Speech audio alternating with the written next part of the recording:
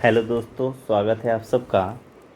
आज हम लोग जो है भारत और यूरोप के बीच में जो भी व्यापार हुआ करते थे प्राचीन काल में, इवन मध्यकाल में भी, उन सब रास्तों पे आज हम जिक्र करेंगे कि किन रास्तों से होकर व्यापार हुआ करता था। जिसमें हम देखेंगे कि उस समय तत्कालिक समय में 5 बंदरगाह इम्पोर्टेंट थे। 2 बंदरगाह जो है यहाँ पे आपके केरल के पास थे, और ये थे आपके कालीकट और कोचिन। ठीक है, एक क्या था, कालीकट। ठीक है, कालीकट। और दूसरा कौन सा था, ये था आपका कोचिन। ठीक है, कोचिन। साथ में जो था आपके 3 बंदरगाह जो आपके गुजरात में इम्पोर्टेंट थे। एक आपका सूरत था, ठीक है, दूसरा आपका भड़ौच था, ठीक है, भड़ौच, और फाइनली तीसरा जो था ये आपका कैम्बे था, कैम्बे। ये 5 बंदरगाह जो थे तत्कालिक समय में बहुत ही इम्पोर्टेंट थे, और इन्हीं 5 बंदरगाहों से होके यूरोप वासी जो है यहाँ से सामान लोड करके जहाज़ के रास्ते यूरोप जो है सामान पहुँचा करता था। तो पहला रास्ता इसमें से जो सर्वाधिक इम्पोर्टेंट था, सबसे ज़्यादा प्रचलित रास्ता था, उसके बारे में हम देखेंगे। तो यहाँ से कोई भी सामान जाता था, और ऐसे होते हुए या फिर ऐसे होते हुए यहाँ से बंदरगाहों से होते हुए यहाँ पे आप देखेंगे ओमान की खाड़ी पार करते हुए यहाँ पे है आपका हारमुंज जल संधि। ये कौन सा है, हारमुंज। ठीक है, हारमुंज जल संधि है। हारमुंज जल संधि को पार करते हुए ये है जो है आपका फारस की खाड़ी।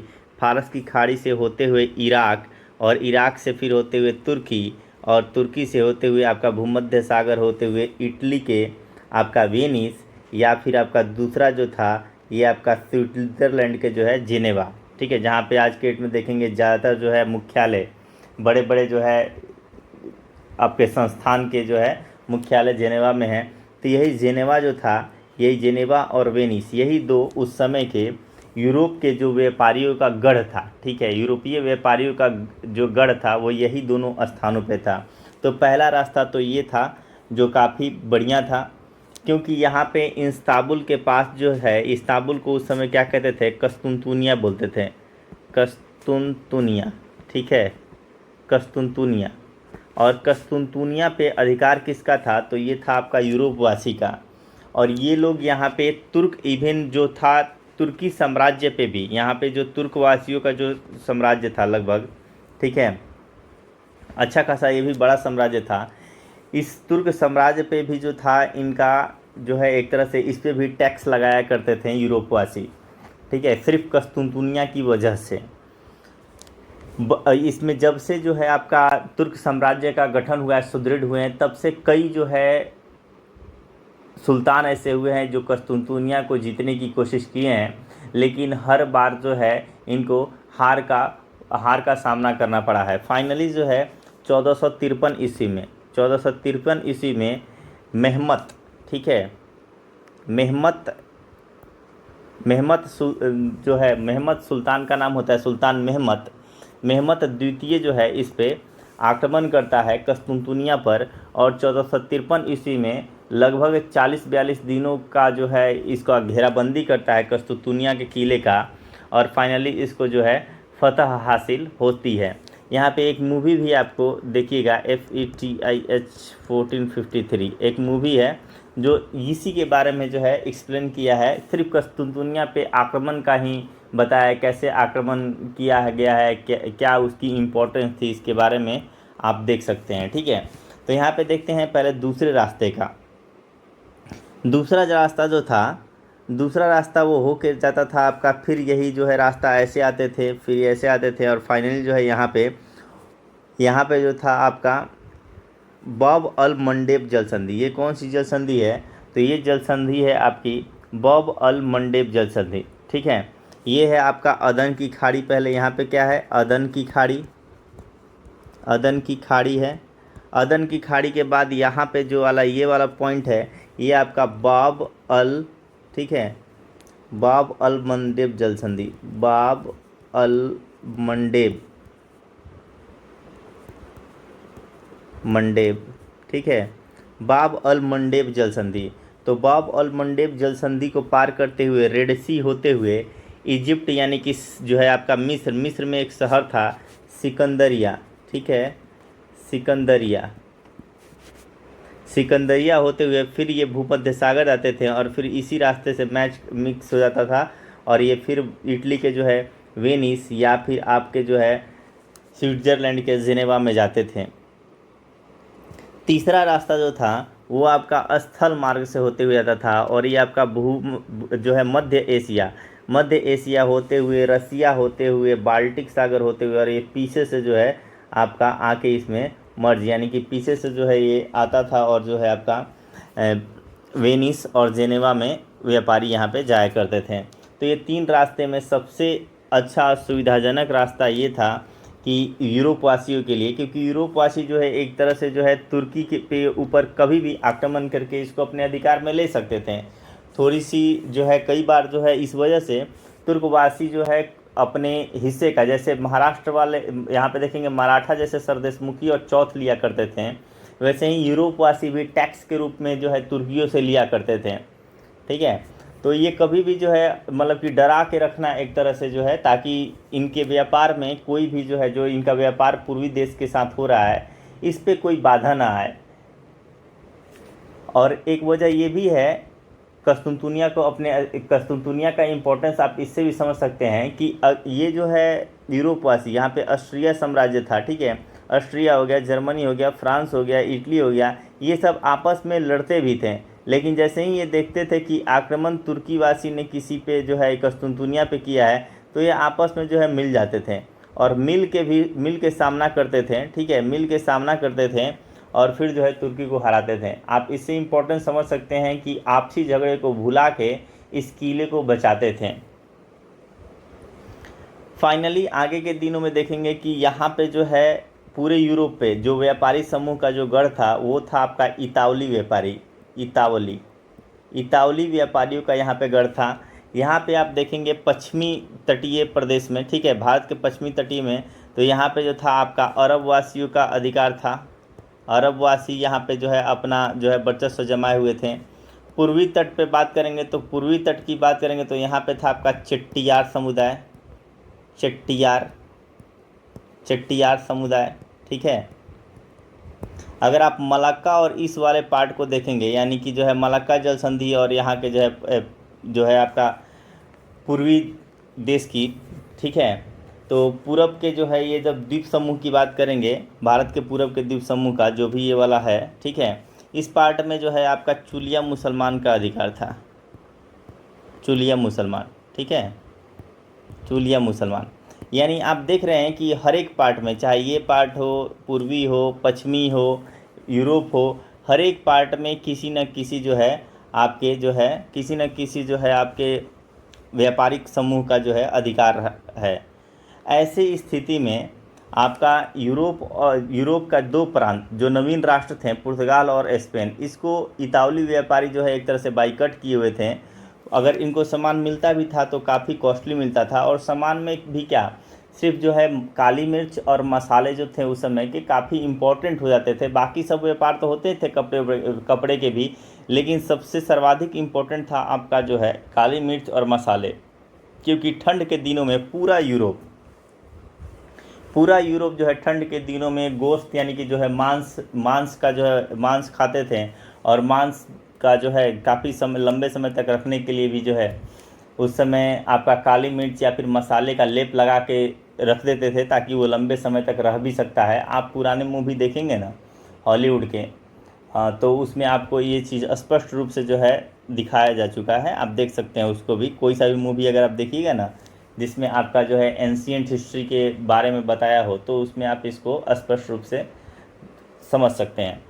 तो वो लोग जो है गोश्त जो खाते थे उसमें इन लोग को ज़रूरत पड़ती थी जो है मसालों की, और मसाले कहाँ से आएंगे, तो मसाले आपके जो है इस वाले प्रदेश से मसाले आएंगे। मतलब पूरा गेम यहाँ था कि यहाँ से मसाले यहाँ पे आएँ, और इसके लिए जो कुछ भी किया जा सकता है यूरोप वासियों के तहत वो लोग वे करते थे। और इसमें भी ये लोग बाइकआउट किए हुए थे पुर्तगाल और स्पेन के। ऐसे में एक स्पेनिश निवासी, ठीक है, नाम है कोलंबस, 1492 ईस्वी में आता है, ठीक है, खोजने चलता है किसको, भारत को, लेकिन पहुंच जाता है आपका अमेरिका और बोलता है कि अरे मैं तो नई दुनिया में आ गया। ठीक है, तो नई दुनिया की जो है इसको संज्ञा देता है अमेरिका को, ठीक है, नई दुनिया, ठीक है, नई दुनिया। यहाँ के निवासियों को जो है रेड इंडियन जो है यही बोलता है। आगे देखते हैं यहाँ पे पुर्तगाल का, तो पुर्तगाल से भी अब ये तो सक्सेस नहीं हो पाया आपका जो है कोलंबस। फाइनली पुर्तगाल से एक इसके पहले यात्री निकला था, नाम है बार्थोलोमो डियाज।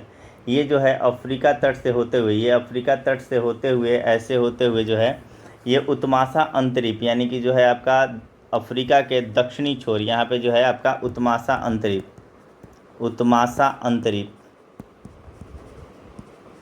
उत्मासा अंतरीप पहुंचता है और इसको इसने जो है तूफानी अंतरीप की संज्ञा दी है। ठीक है, इसको क्या बोला है, इसी पॉइंट को जो है बार्थोलोमो डियाज, नाम क्या है, बार्थोलोमो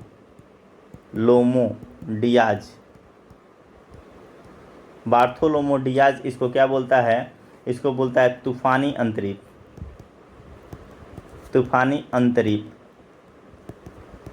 तूफानी अंतरीप की संज्ञा देता है किसको, उत्मासा अंतरीप को। और ये बार्थोलोमो डियाज कब आता है, 1487 ईस्वी में। ठीक है, और इसके बाद से स्पेन के कोलंबस जो है आपके सफलता नहीं पाते हैं। फिर पुर्तगाल का एक दूसरा नाविक चलता है वास्को डिगामा, और वास्को डिगामा ऐसे होते हुए जो है आपका उत्मासा अंतरीप का चक्कर काटते हुए आगे बढ़ता है और यहाँ पे इसको मिलता है मेडागास्कर के पास ही अब्दुल मजीद, अब्दुल मजीद, कहीं मुनीद दिया रहता है, कहीं मजीद दिया रहता है, तो उससे कोई ख़ास मतलब नहीं है। अब्दुल मजीद नामक जो है एक व्यापारी मिलता है, एक तरह से कह सकते हैं पथ प्रदर्शक, और इसको ये जो है पथ दिखाता है, यानी रास्ता दिखाता है यहाँ से लेकर, और ये पहुँचता है फिर कहाँ पे, तो ये पहुँचता है आपका जो है यहाँ पे कालीकट। ठीक है, कालीकट जो है पहुँचता है, और फिर यहाँ पे जो है हिंदू राजा जो जमोरिन रहता है, जमोरिन इसका स्वागत करता है वास्को डिगामा का, और जिसे देखकर अरबवासी जो है, अरबवासी को ये बात जो है रास नहीं आती है, यानी वो इस बात से जो है ईर्ष्या करने लग जाते हैं कि एक दूसरा यूरोपीय आ गया, क्योंकि जो यूरोपीय मार्ग जो इन लोगों का था पहले से, पहला और दूसरा रास्ता जो इन लोगों का जो है आपका फारस की खाड़ी होते हुए जाता था या फिर आपका लाल सागर होते हुए जाता था, ये दोनों तो जैसे ही कस्तुनतुनिया पे आक्रमण हो जाता है, तुर्कों का ये पूरा क्षेत्र पे जो है एक तरह से जो है अधिकार हो जाता है तुर्कों का। और ऐसे में पूरा का पूरा जो है अगर बाय द वे कोई सामान देना भी है तो काफ़ी ज़्यादा मात्रा में जो है टैक्स लेकर, और उसके बाद से यूरोप को सामान जाता था, यानी यूरोपवासी, यूरोपीय व्यापारी एक तरह से जो है डायरेक्टली व्यापार नहीं कर पाते थे, बिचौलिए के रूप में जो है आपका अरबवासी काफ़ी ज़्यादा जो है फ़ायदा उठाने लग गए थे। तो जाहिर सी बात है कि जितना सस्ते पहले सामान मिल जाया करता था, अब उतना इजी नहीं था। यहाँ पे उस समय के तत्कालिक समय में 3 जगह, एक तो आपका मलक्का हो जाएगा, ये जो है मलक्का जल संधि जो यहाँ पे है मलक्का, दूसरा आपका ये वाला पार्ट जो हो जाएगा गोवा, ठीक है गोवा, और तीसरा जो हो जाएगा ये आपका हो जाएगा हरमुंज। ये तीनों उस समय के, इन तीनों पे जो कब्जा कर लिया, समझ जाइए कि उसने जो है पूरा Arabian sea, bay of Bengal, हिंद महासागर, वो तीनों पे राज कर रहा है, मात्र 3 जगह पे जो है अधिकार करने के उपरांत। ठीक है, तो यही 3 जगहों की जो है एक तरह से लड़ाई चलेगी कुछ समय तक। अब आगे जो है जब यहाँ पे आएंगे वास्को डिगामा, वास्को डिगामा के आने के बाद जो भी आपके पुर्तगाली आएंगे, इसके बाद से सबसे पहला जो है यूरोपीय पुर्तगाली ही आएंगे, और पुर्तगाली लगभग जो है 100 सालों तक यहाँ पे एक छत्र जो है व्यापार करेंगे, यानी कि कोई दूसरा यूरोपीय कंपनी यहाँ पे लगभग आगे के 100 साल तक नहीं एंट्री करेगा। 100 साल बाद कोई एंट्री करेगा इस पूरे क्षेत्र में। ठीक है, तब तक 100 सालों तक इस पूरे क्षेत्र में एंट्री एक छत्र रूप से कौन करेगा, तो है आपका पुर्तगाली। ठीक है, ये पूरे क्षेत्र में जो है अगले 100 साल तक, इस पूरे क्षेत्र में अगले 100 साल तक जो है एक छत्र रूप से जो है व्यापार करेगा आपका पुर्तगाली। ठीक है, तो आगे हम देखेंगे इसका एक एक करके कि कैसे पुर्तगाली जो है अपना जो है इसको कैसे बढ़ाते हैं। तो आगे देखते हैं अब पॉइंट वाइज। पुर्तगालियों को देखने से पहले हम ये एक बार देख लेंगे कि यूरोपीय कंपनी के आगमन का क्रम देख लेते हैं और उनके स्थापना का क्रम, क्योंकि ये एग्ज़ाम में पूछ देता है। ठीक है, उसके बाद से फिर हम एक एक उठा लेंगे कि पुर्तगाल से रिलेटेड सारे पॉइंट्स को उठा लेंगे। तो सबसे पहले हम स्टार्ट करते हैं यहाँ पे आने का क्रम। ठीक है, आने का क्रम। आने का क्रम की बात करेंगे तो सबसे पहले जो आपका आया था ये था आपका पुर्तगाली। ठीक है, पुर्तगालियों के बाद जो है, पुर्तगालियों के बाद आया था आपका, यहाँ पे देखेंगे, डच। डच के बाद जो है आने के क्रम में देखेंगे तो ये आए थे आपके अंग्रेज। और अंग्रेज के बाद जो है आपके डेनिस आएंगे। और डेनिसों के बाद जो है आपके फ्रेंच आएंगे। अगर इनकी आने का क्रम देखते हैं तो ये आए थे आपके भारत में 1498। ठीक है, डच आए थे आपके 1602 में। अंग्रेज़ आपके आगमन हुआ था इनका 1608 ईस्वी में। डेनिस का आगमन हुआ था 1616 ईस्वी में। और फ्रेंच का जो है आगमन हुआ था आपका 1668 ईस्वी में। ठीक है, और एक लास्ट अगर आप स्वीडिश की बात कर लेते हैं तो एक तरह से मुंह दिखा के चले जाने वाली बात होगी, स्वीडिश। ठीक है, स्वीडिश कंपनी जो हो जाएगा ये आपका 1731 हो जाएगा। यही अगर इनके आने का क्रम तो हो गया। फाइनली अगर इनकी स्थापना का क्रम देखते हैं, ठीक है, स्थापना का, ठीक है, कि ये कंपनी वो कब स्थापित हुई है, स्थापित, ठीक है, तो सबसे पहले जो है पुर्तगाली स्थापित हुए हैं, पुर्तगाली कंपनी की स्थापना हुआ है। उसके बाद से आपका डच के पहले आपका अंग्रेज कंपनी का जो है स्थापना हुआ है। अंग्रेज का आप देखेंगे अधिकार पत्र जो है आपका, अंग्रेज़ों का अधिकार पत्र आपका जो है 31 दिसंबर 1600 ईस्वी को ही महारानी एलिजाबेथ ने इनको दे दिया था। और अंग्रेज़ के बाद आपके डच कंपनी का जो है गठन हुआ था। और फिर आपका डेनिस का हुआ था। और फाइनली फिर फ्रेंच, और लास्ट में फिर आपका स्वीडिश। यानी एक चीज़ ध्यान रखिएगा, आने का क्रम और स्थापना में बस एक ही चीज़ का अंतर है कि डच का जो है कंपनी का गठन बाद में हुआ था, लेकिन ये भारत में आए थे पहले, जबकि अंग्रेज़ों का गठन जो है कंपनी का 1600 ईस्वी में। देखा जाए तो इनका गठन जो है 1599 के आसपास में ही इनका हो गया था। ठीक है, 1599 में ही हो गया, लेकिन इनको अधिकार जब मिलेगा वही ज़्यादा इम्पोर्टेंट है। तो इनको अधिकार मिला था इनको 31 दिसंबर 1600 ईस्वी को। तो इनको अधिकार एलिजाबेथ ने 1600 ईस्वी को दिया था।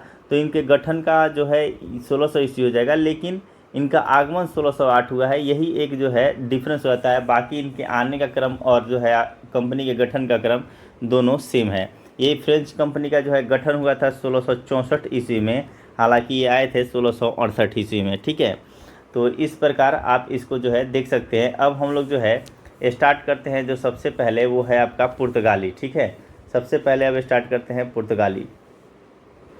पुर्तगालियों से इम्पोर्टेंट बात यह है कि सबसे पहले आप याद रखेंगे इसमें एक नाम बार्थोलोमो डियाज, जो कि मैंने पहले ही बता दिया है, बार्थोलोमो डियाज।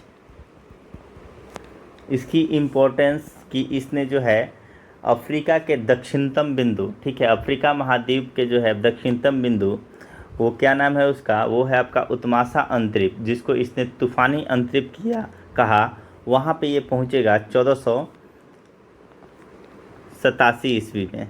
ठीक है, और इसके बाद यही दूसरा पुर्तगाली जो आपका वास्को डिगामा रहेगा, वास्को डिगामा। ठीक है, वास्को डिगामा आपके पहुँचेंगे 1498 ईस्वी में। और ये क्या करेंगे, उत्मासा अंतरिप का चक्कर काट के इनको एक पथ प्रदर्शक मिलेगा मेडागास्कर के पास। ठीक है, वास्को डिगामा का ही पथ प्रदर्शक मेडागास्कर के पास मिलेगा। नाम है उसका अब्दुल मजीद। ठीक है, अब्दुल मजीद की सहायता से ये जो है कालीकट पहुँचेंगे। और यहाँ पे जब कालीकट पहुँचेंगे तो वास्को डिगामा का जो है मतलब एक तरह से स्वागत करेगा हिंदू राजा। ठीक है, हिंदू राजा, नाम होता है जमोरिन। जमोरिन जो है नाम नहीं होता है, ये वहाँ के राजा का उपाधि है, जमोरिन। ठीक है, तो जमोरिन इनका जो है स्वागत करता है, जिससे जो है जितने भी अरब वासी थे, जो व्यापारी जिनका वहाँ पे एक तरह से इसके पहले उन्हीं का जो है एक छत्र राज था व्यापार के क्षेत्र में, उनको इससे ईर्ष्या होती है। फाइनली जमोरिन इनका स्वागत करता है और ये दोबारा जो है आपके वास्को डी गामा आते हैं 1502 ईस्वी में। इनका दूसरी बार जो है भारत आगमन होता है, ठीक है। और तीसरी बार इनका जो आगमन होगा ये 1524 ईस्वी में होगा। कब होगा? 1524 ईस्वी में इनका तीसरी बार आगमन होगा। 3 बार ये आए हुए हैं, इसके बाद से अब ये नहीं आएंगे, इनका कहानी ख़त्म हो जाता है वास्को डी गामा का। लेकिन जो ये रास्ता दिखा दिए हैं तो इन पे इनका पहला पुर्तगाल जो है, पहला वास्को डी गामा से संबंधित जो है यही प्रश्न आते हैं, इससे ज़्यादा अब नहीं आएंगे। और इनको एक चीज़ और देखेंगे यहाँ पे, इनको जो है पूरी यात्रा का, ठीक है, जब ये आते हैं तो इनको पूरी यात्रा का व्यय निकालने के बाद इनको 60 गुना जो है 60 गुना जो है प्रॉफिट होता है। 60 गुना जो है इनको प्रॉफिट होता है, ठीक है। तो ये कुछ बातें हैं वास्को डी गामा से। अब जब यहाँ पे पुर्तगीज़ों को तो ये रास्ता नया पता चल गया, तो यहाँ पे देखेंगे यहाँ का जो भी, जैसे ही वास्को डी गामा यहाँ से आपके मसाले और काली मिर्च वगैरह जो है लेके जाते हैं, तो ऑलरेडी आप देख रहे हैं कि वेनिस और जिनेवा का जो आधिपत्य था पहले, कस्तुनतुनिया की हार के बाद यूरोप जैसे ही कस्तुनतुनिया को हारते हैं, उसके बाद से उनकी जो है शक्ति क्षीण हो जाती है यूरोप में। और अब एक नया केंद्र बन जाता है वास्को डी गामा की वजह से, वो है पुर्तगाल की राजधानी लिस्बन। लिस्बन जो है अब व्यापार का एक नया केंद्र बन जाता है। अब पूरा व्यापार जो है लिस्बन से, यानी कि यूरोप का पूरा व्यापार लिस्बन की गलियों में आके सिमट के रह जाता है, ठीक है। और यहाँ का जो है राजा यानी पुर्तगाली शासक, ठीक है, पुर्तगाली शासक नाम रहता है मैनुअल प्रथम, ठीक है। मैनुअल प्रथम ने वाणिज्य के प्रधान की उपाधि धारण करता है। क्या धारण करता है? वाणिज्य का प्रधान। वाणिज्य के प्रधान की उपाधि धारण करता है कौन? तो ये होता है आपका पुर्तगाल का शासक, ठीक है। और पुर्तगाल का ही एक राजकुमार, जिसकी मदद से जो है ये सारे रास्तों का खोज किया गया था, ठीक है। राजकुमार था, नाम था प्रिंस हेनरी।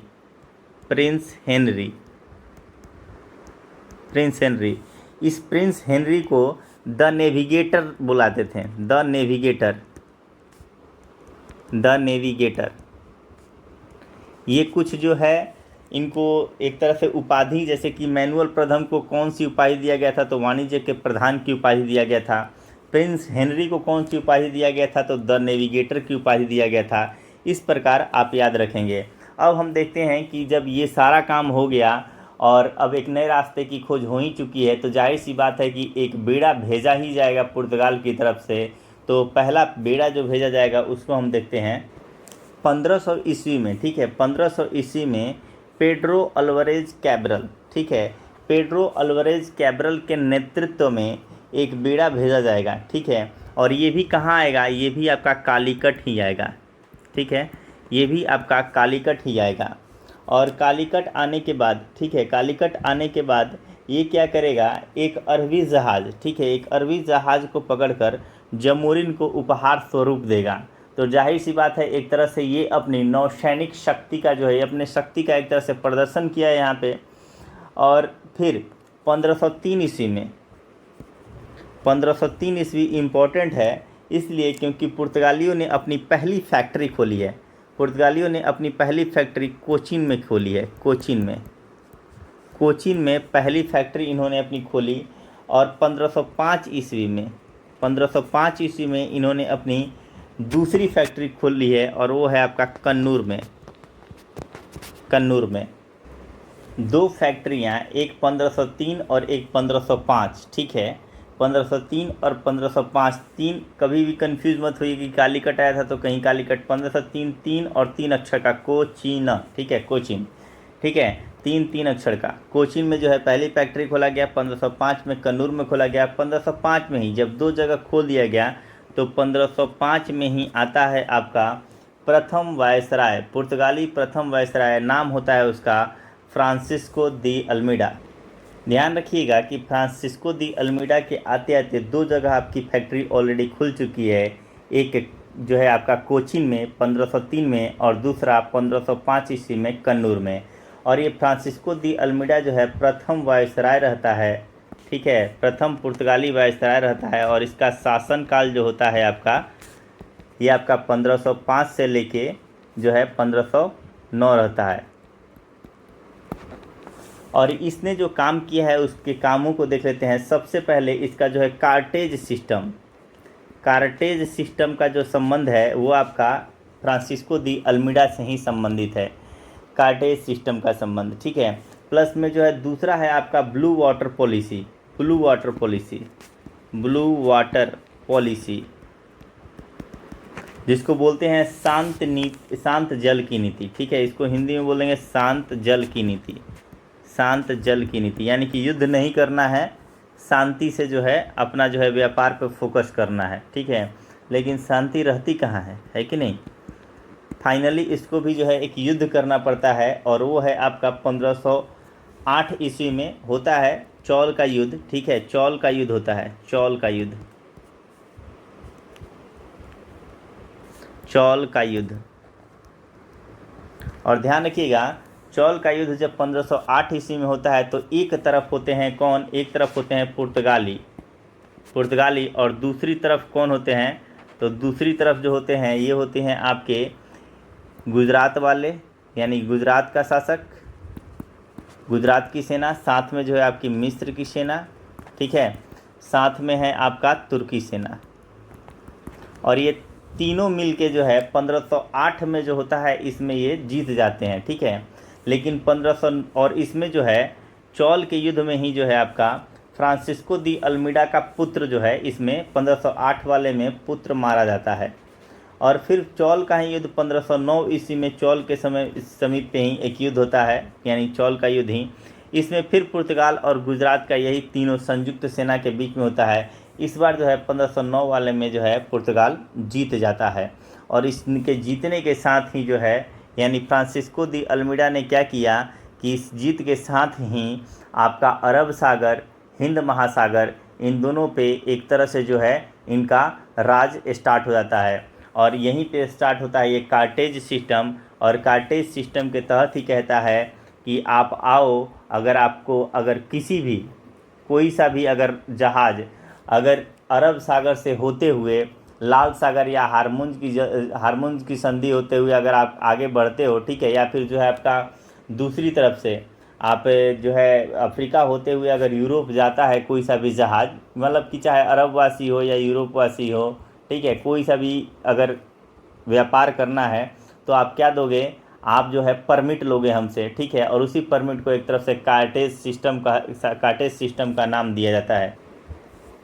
इसमें एक कार्टेज सिस्टम में एक खासियत क्या होती है, कार्टेज को समझना होगा आपको, ठीक है।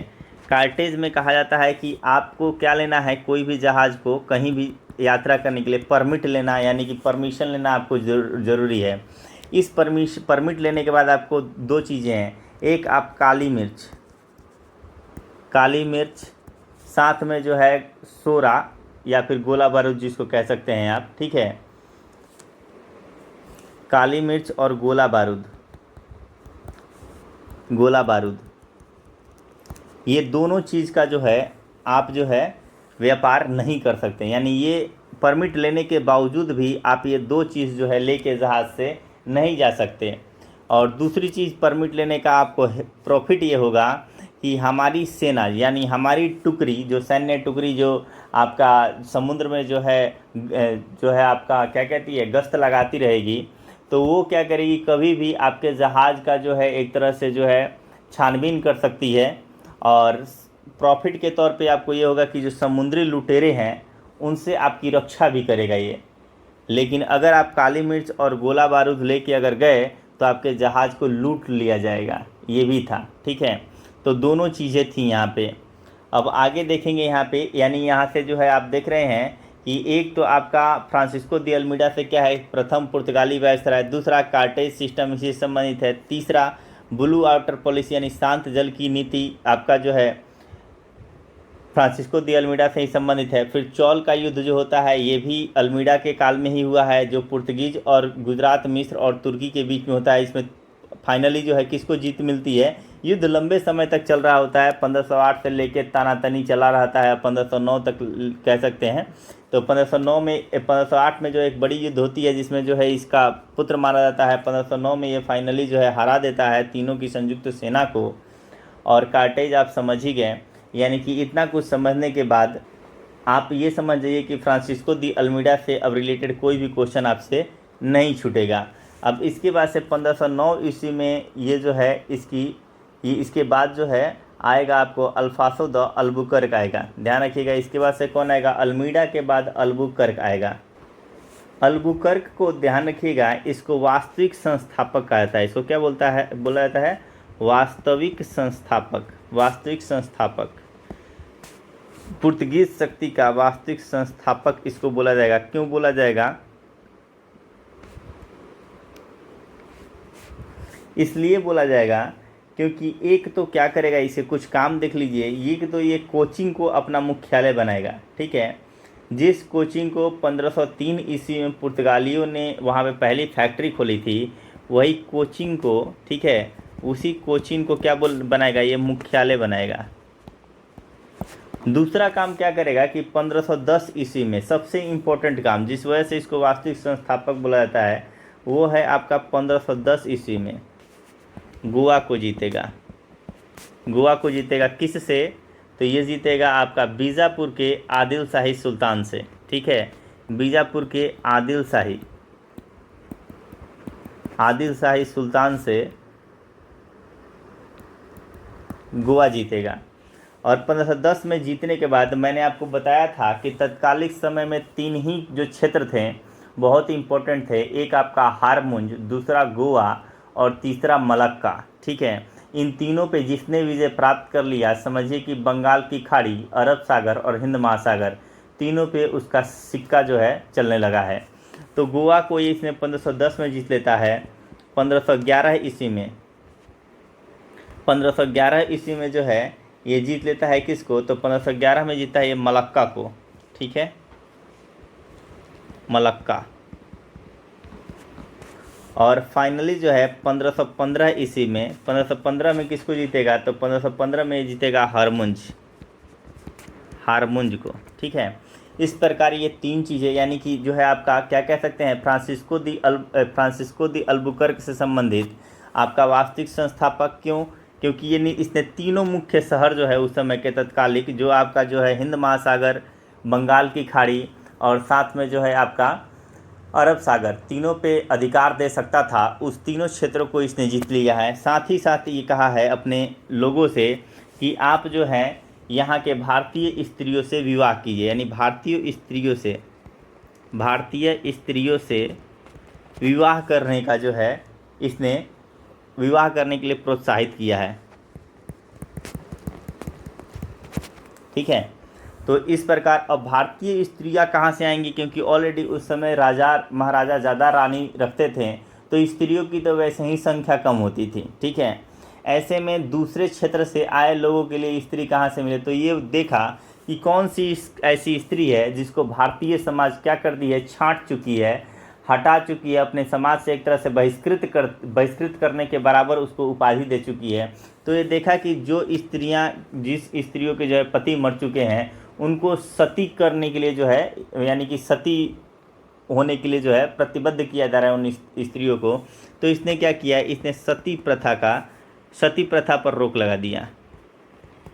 ठीक है, जिस वजह से और उन्हीं कुछ स्त्रियां जो बच जाएंगी तो उनसे अपने जो है, जो सती के लिए जो बचा लिया, उनसे अपने लोगों का विवाह करा लेता था। ठीक है, तो इस प्रकार से जो है सती प्रथा पर प्रतिबंध लगाने का जो है सबसे पहला कार्य इसी ने किया था। नाम था अल्फासो द अल्बुकर्क। ठीक है, यानी देखेंगे अल्फासो द अल्बुकर्क से इससे ज़्यादा अब कुछ नहीं आएगा। पहली बात, वास्तविक संस्थापक किसे कहा जाता है पुर्तगाली शक्ति का, तो अल्फासो द अल्बुकर्क को। कोचिंग मुख्यालय किसने बनाया, अल्फासो द अल्बुकर्क। गोवा को किसने जीता था, तो अल्फासो द अल्बुकर्क ने 1510 ईस्वी में आदिल शाही सुल्तान से। ठीक है, बीजापुर के आदिल शाही, ये कहाँ के थे, बीजापुर के। ठीक है, बीजापुर ठीक है, बीजापुर के जो है आदिल शाही सुल्तान से जीता गया था। मलक्का पे इसने अधिकार किया 1511 ईस्वी में, हारमुंज पे 1515 ईस्वी में। भारतीय स्त्रियों से विवाह के लिए जो है अपने लोगों को प्रोत्साहित किया। सती प्रथा पर रोक लगाया है अल्फांसो द अल्बुकर्क ने ही। इससे ज़्यादा अल्फांसो द अल्बुकर्क से प्रश्न नहीं आएंगे। अब आगे देखेंगे हम नीनो डी कुन्हा को। एक पॉइंट और याद रखिएगा, 1515 ईस्वी में जो है इसकी मृत्यु हो जाती है। किसकी? अल्फांसो दी अल्बुकर्क की। नीनो डी कुन्हा से संबंधित कुछ इम्पोर्टेंट में देखेंगे तो सबसे पहला पॉइंट ये है कि इसने क्या किया है, तो 1530 ईस्वी में, ठीक है, 1530 ईस्वी में जो सरकारी कार्यालय अभी तक कौन सा था, तो वो था आपका कोचिंग, ठीक है, जिसको कोचिंग को सरकारी कार्यालय किसने बनाया था? अल्फांसो द अल्बुकर्क ने। उसी कोचिंग से स्थानांतरित करेगा, ये कोचिंग से गोवा स्थानांतरित कर देगा अपना कार्यालय, ठीक है। अब जो है इसका कार्यालय सरकारी कार्यालय हो गया, कोचिंग से गोवा स्थानांतरित, ठीक है। पहली बात कब? 1530 ईस्वी में, 1530 ईस्वी में। दूसरी बात हम ये देखेंगे प्लस में नीनो डी कुन्हा का शासनकाल अगर देख लें तो 1529 से लेके 1500 जो है 38 तक इसका जो है काल रहेगा, ठीक है, 1538 तक। और इसी के काल में जो है कुछ दूसरी चीज़ ये देखेंगे कि अब जो है गोवा एक तरह से कार्यालय के साथ साथ जो है गोवा एक तरह से पुर्तगालियों की औपचारिक राजधानी भी बन जाती है, यानी पुर्तगाली राजधानी भी कह सकते हैं, पुर्तगाली राजधानी भी हो जाती है, राजधानी, ठीक है। साथ ही साथ देखेंगे यहाँ पे कि ये जो है पूर्व की ओर, ठीक है, यानी पूर्वी तट की तरफ भी ये जो है अपना रुख मोड़ा। अभी तक जितना भी हम गेम देख रहे थे पुर्तगालियों का, सब पश्चिम में देख रहे थे, ठीक है, एक मलक्का को छोड़ के। अब इसके बाद से हमने देखा कि पूर्वी तट पे भी इसने अपना एक तो आपका मद्रास, एक आपका मद्रास, साथ में दूसरा देखेंगे ये दूसरा जो है आपका हुगली। यहाँ पे भी जो है पुर्तगाली बस्तियाँ किसने बनाया? नीनो डी कुन्हा ने। साथ में देखेंगे आपका बेसिन और दीव, ठीक है, बेसिन और दीव। तो बेसिन की जब आप बात करेंगे तो बेसिन पे अधिकार कर लेगा ये 1534 ईस्वी में, और दीव पे अधिकार कर लेगा ये कब? तो 1535 ईस्वी में। ये दो जगहों पे अधिकार कौन कर लेगा? नीनो डी कुन्हा, ठीक है। आगे देखेंगे गुजरात का शासक होता है, नाम होता है बहादुर, ठीक है, बहादुर शाह, बहादुर शाह, ठीक है। बहादुर शाह से इसकी लड़ाई होती है एक दीवार खड़ी करने को लेके, बेसिन समझौते पे, बेसिन समझौते को लेके एक दीवार खड़ी करने को लेके जो है बहादुर शाह से विवाद होता है, जिसमें बहादुर शाह की जो है गिरकर, ठीक है, एक टीले से गिरकर जो है इनकी मृत्यु हो जाती है, और ये समुद्र में गिर जाते हैं और गिरकर जो है इनकी मृत्यु हो जाती है, ठीक है। तो इस प्रकार जो है बहादुर शाह की मृत्यु जो गुजरात के शासक रहते हैं इसी के शासनकाल में हुआ है। यानी नीनो डी कुन्हा से इससे ज़्यादा इम्पोर्टेंट इतना ही इम्पोर्टेंट है, कोचिंग से मुख्यालय स्थानांतरित कहाँ किया? गोवा। गोवा को पुर्तगाली राजधानी एक तरह से बना देता है। साथ ही साथ मद्रास और हुगली की तरफ यानी पूर्व की तरफ रुख किसने किया? नीनो डी कुन्हा ने। बेसिन पे अधिकार कब किया गया है? 1534 ईस्वी में, और 1534 में अधिकार किसने किया है? नीनो डी कुन्हा ने।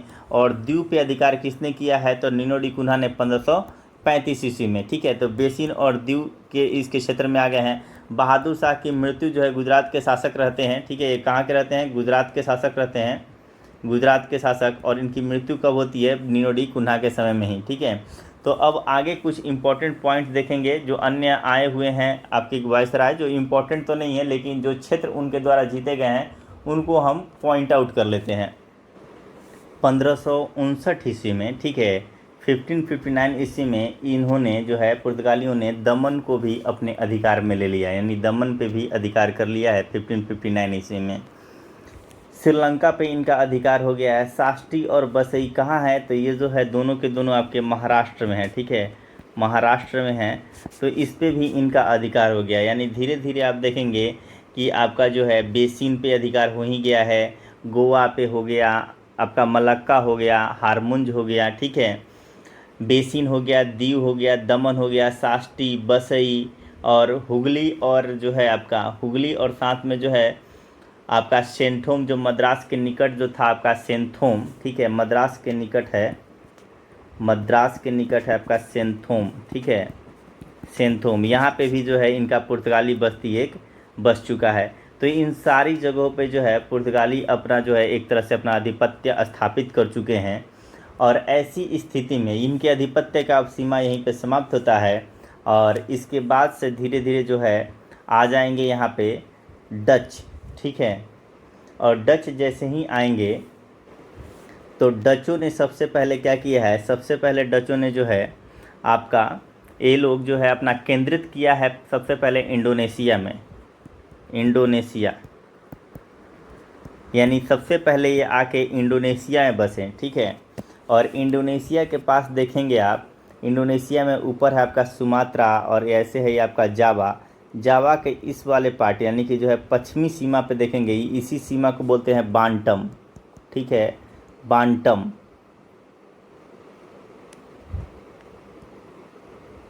और बांटम के समीप ही 1602 ईस्वी में, कब, 1602 ईस्वी में, 1602 ईस्वी में पुर्तगालियों को हराएगा कौन, डच, ठीक है। पुर्तगालियों को डच जो है बांटम के समीप हरा देंगे। और यहाँ पे ये वाला पार्ट और ये वाला जो पार्ट है यही था आपका मलक्का जल संधि, यही वाला पार्ट है। और यहाँ पे बांटम के समीप हराए जाएंगे पुर्तगाली, ठीक है, डचों के द्वारा। साथ ही साथ इनके हार की बात करेंगे तो 1538 में भी एक हार इनको देखने को मिलेगा, वो है अदन पे। अदन पे हालांकि इन्होंने कभी भी अधिकार पूर्णतः नहीं किया है, यानी कि नोक झोंक होता रहा है तुर्कों के साथ। और फाइनली 1538 ईस्वी में वहाँ पे तुर्कों का प्रभुत्व स्थापित हो जाता है। यानी एक तरह से देखा जाए तो वहाँ पे अदन की लड़ाई में जो है फाइनली किसकी जीत होती है, तुर्कों की। और इसके बाद से 1538 के बाद सीधे आप देखेंगे तो आप 1600 यानी कि 17वीं शताब्दी में आए, जी 1602 में आएंगे, तब जाके जो है आप देखेंगे कि पुर्तगाली की पराजय होती है डचों के द्वारा। क्योंकि अब एक दूसरी यूरोपीय कंपनी, ठीक है, दूसरी यूरोपीय कंपनी डच जो है एंट्री कर चुकी है कहाँ पे, इंडोनेशिया में। और 1602 ईस्वी में तो ये पूर्वी तट में भी आएगी। खैर डच में हम जब पढ़ेंगे तब हम पढ़ेंगे, अभी हम बस ये देखेंगे कि ये जो है कहाँ कहाँ जो है जीत रहे हैं अभी ये डच, और कहाँ कहाँ पुर्तगालियों की अब हार हो रही है। अभी तक हमने क्या देखा है कि पुर्तगाली कौन कौन से क्षेत्र को कब कब जीते हैं। अब हम ये देखेंगे कि कैसे कैसे इनसे जो है एक एक क्षेत्र इनके हाथों से सरकता हुआ चला जाएगा।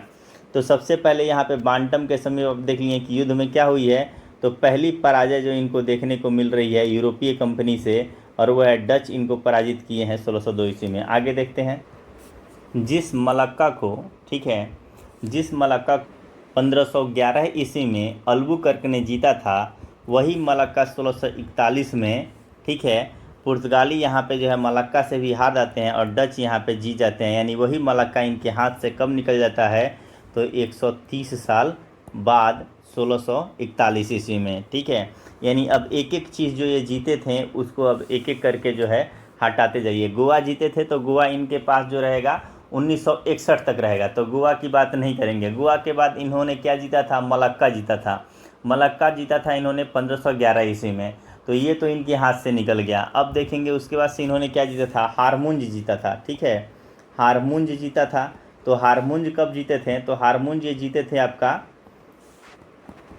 1515 ईस्वी में, और 1515 में हारमुंज जीतेंगे। और फाइनली इस पे जो है अंग्रेज, ठीक है, अंग्रेज जो है कब्जा कर लेंगे 1628 ईस्वी में। 1628 ईस्वी में अंग्रेज इस पे कब्जा कर लेंगे, यानी ये पार्ट भी इनके हाथ से चला गया। अब बचा क्या, इसके बाद से हारमुंज के बाद हम देखे थे हुगली की बात आई थी, तो हुगली पे भी जो है 1632 ईस्वी में, 1632 ईस्वी में इस पे शाहजहाँ के शासनकाल में, किसके शासनकाल में, शाहजहाँ के शासनकाल में कौन, तो यहाँ पे कासिम खां, ठीक है, ध्यान रखिएगा, कासिम खां, कासिम खां जो है इस पे अधिकार कर लेगा हुगली पे। तो हुगली भी इनके हाथ से चली गई।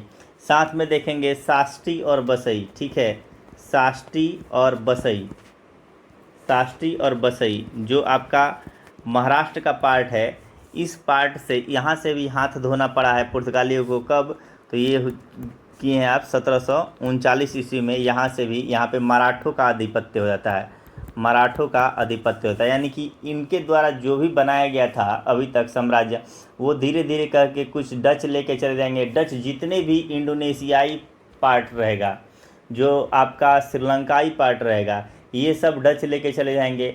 जो पश्चिम का है वो आपके जो पश्चिम के जलीय प्रदेश वाले हैं वो सब के सब जो है आपके अंग्रेज़ लेके चले जाएंगे। जो आपके महाराष्ट्र का पार्ट है वो आपके मराठे लेके चले जाएंगे। जो आपका बंगाल का पार्ट है वो आपका मुग़ल साम्राज्य यानी कि देख रहे हैं आपके कासिम खां के नेतृत्व में, कासिम शाहजहाँ के शासनकाल में कासिम खां ले लेता है। तो इस प्रकार एक एक करके इनके हाथ से अब निकल रहा है जो कुछ भी इन्होंने जीता था। 1658 ईस्वी में देखेंगे कि संपूर्ण श्रीलंका किसके हाथ में चला जाएगा, तो ये डचों के हाथ में चला जाएगा। यानी कि यहाँ से भी जो है पुर्तगालियों को हाथ धोना पड़ जाएगा। ठीक है, यानी कि ये जब लास्ट में देखेंगे 1961 ईस्वी में, तो 1961 ईस्वी में इनके पास मात्र 3 स्थान रह गया था। एक गोवा जिसको इन्होंने जीता कब था, जिसको इन्होंने जीता था 1510 ईस्वी में। ठीक है, बीजापुर के जो है आदिल शाही सुल्तान से। दूसरा रह जाएगा इनका जो है आपका दमन। ठीक है, दमन पे इन्होंने कब अधिकार किया था, तो दमन पे इन्होंने अधिकार किया था आपका 1559। और फाइनली एक रहेगा आपका दीव। ठीक है, दीव पे इनका अधिकार कब रहेगा, कब इन्होंने जीता था, तो दीव को इन्होंने जीता था आपका 1535 ईस्वी। ठीक है, 1535 ईस्वी में दीव पे जो है इनका जो है क्षेत्र पे आधिपत्य स्थापित किए थे इन्होंने। तो यही 3 चीज़ इनके पास रह जाएगा। बाकी सारा एक एक करके कोई अन्य यूरोपीय या फिर भारतीय जो है राजा महाराजा वो उनके हाथों में वो चीज़ें चली जाएंगी एक एक करके। अब हम देखते हैं कि इनके कुछ जो है रूल्स रेगुलेशन इनके देख लेते हैं। ठीक है, पुर्तगालियों के टू द पॉइंट में पहला पॉइंट आप लिखिएगा, पहला पॉइंट आप देखिएगा। इसमें होगा, पहला है आपका कि पुर्तगाली सामुद्रिक साम्राज्य को क्या कहा जाता था, तो इनको कहा जाता था एस्तादो द इंडिया। ठीक है, एस्तादो द इंडिया कहा जाता था, पहला पॉइंट। दूसरा पॉइंट, टू द पॉइंट अब कुछ चीज़ें लिखवा देता हूँ। पुर्तगाली अपने आप को जो है सागर का स्वामी कहते थे। ठीक है, ध्यान रखिएगा इस चीज़ को। और 1595 तक इन्होंने एक छत्र राज किया है, किस पे, तो आपका हिंद महासागर पे, यानी कि आपका बंगाल की खाड़ी, अरब सागर, हिंद महासागर, इन सबों पे एक छत्र राज्य इनका कब तक रहा है, 1595 तक। इसके बाद से तो डच आ ही जाएंगे। ठीक है, व्यापार करने।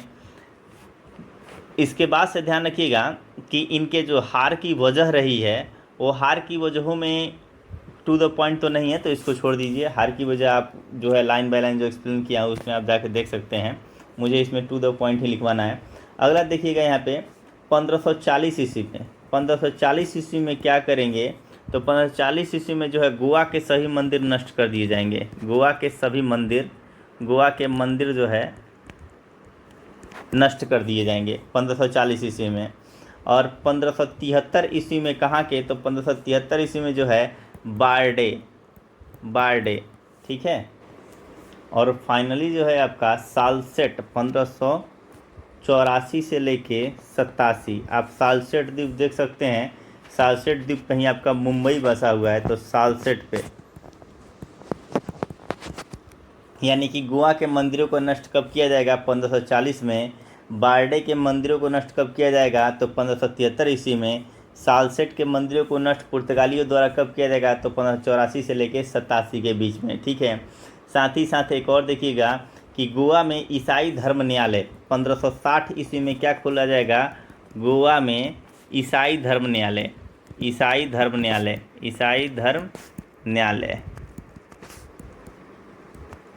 ठीक है, आगे देखेंगे हम कि 1542 भी एक इम्पॉर्टेंट है। ठीक है, 1542 इसलिए इम्पॉर्टेंट है क्योंकि इसी समय जो है आपके मार्टिन डिसूजा के साथ, किसके साथ, मार्टिन डिसूजा के साथ कौन आया था, तो ये आए थे आपके संत जेवियर। मार्टिन डिसूजा के साथ आए थे संत जेवियर। पूछ देता है कि बताइए संत जेवियर कब आए थे, तो 1542 ईस्वी में। किसके साथ आए थे, मार्टिन डिसूजा के साथ आए थे। ठीक है, और अकबर के दरबार में, मुग़ल शासक अकबर के दरबार में 3 जेसुइट, ठीक है, मिशन भी भेजे गए थे। ठीक है, ये सब चीज़ें आप कुछ चीज़ है जो है पुर्तगालियों से रिलेटेड इंपॉर्टेंट जो कहीं सेट नहीं हो सकता है वो आप याद कर लेते हैं। टू द पॉइंट, एस्तादो द इंडिया किसे कहा जाता है, 1595 तक एक छत्र राज्य।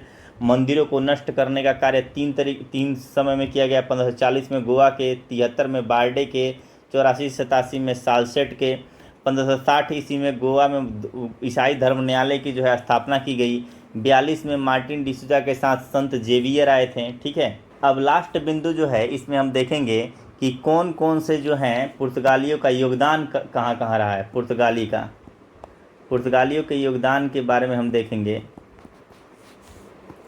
पुर्तगालियों के आगमन से जो कुछ प्रॉफिट हुआ वो ये हुआ कि उन्होंने तंबाकू भारत में लेके आए। ठीक है, प्रिंटिंग प्रेस उन्हीं की देन है। ठीक है, अनानास, लीची, आलू, मक्का, ये भारत पुर्तगाली ही लेके आए थे। प्लस में जापान के साथ व्यापारिक संबंध स्थापित इन्होंने ही जो है किया था। ठीक है, ये सब चीज़ें आप ध्यान रखिएगा।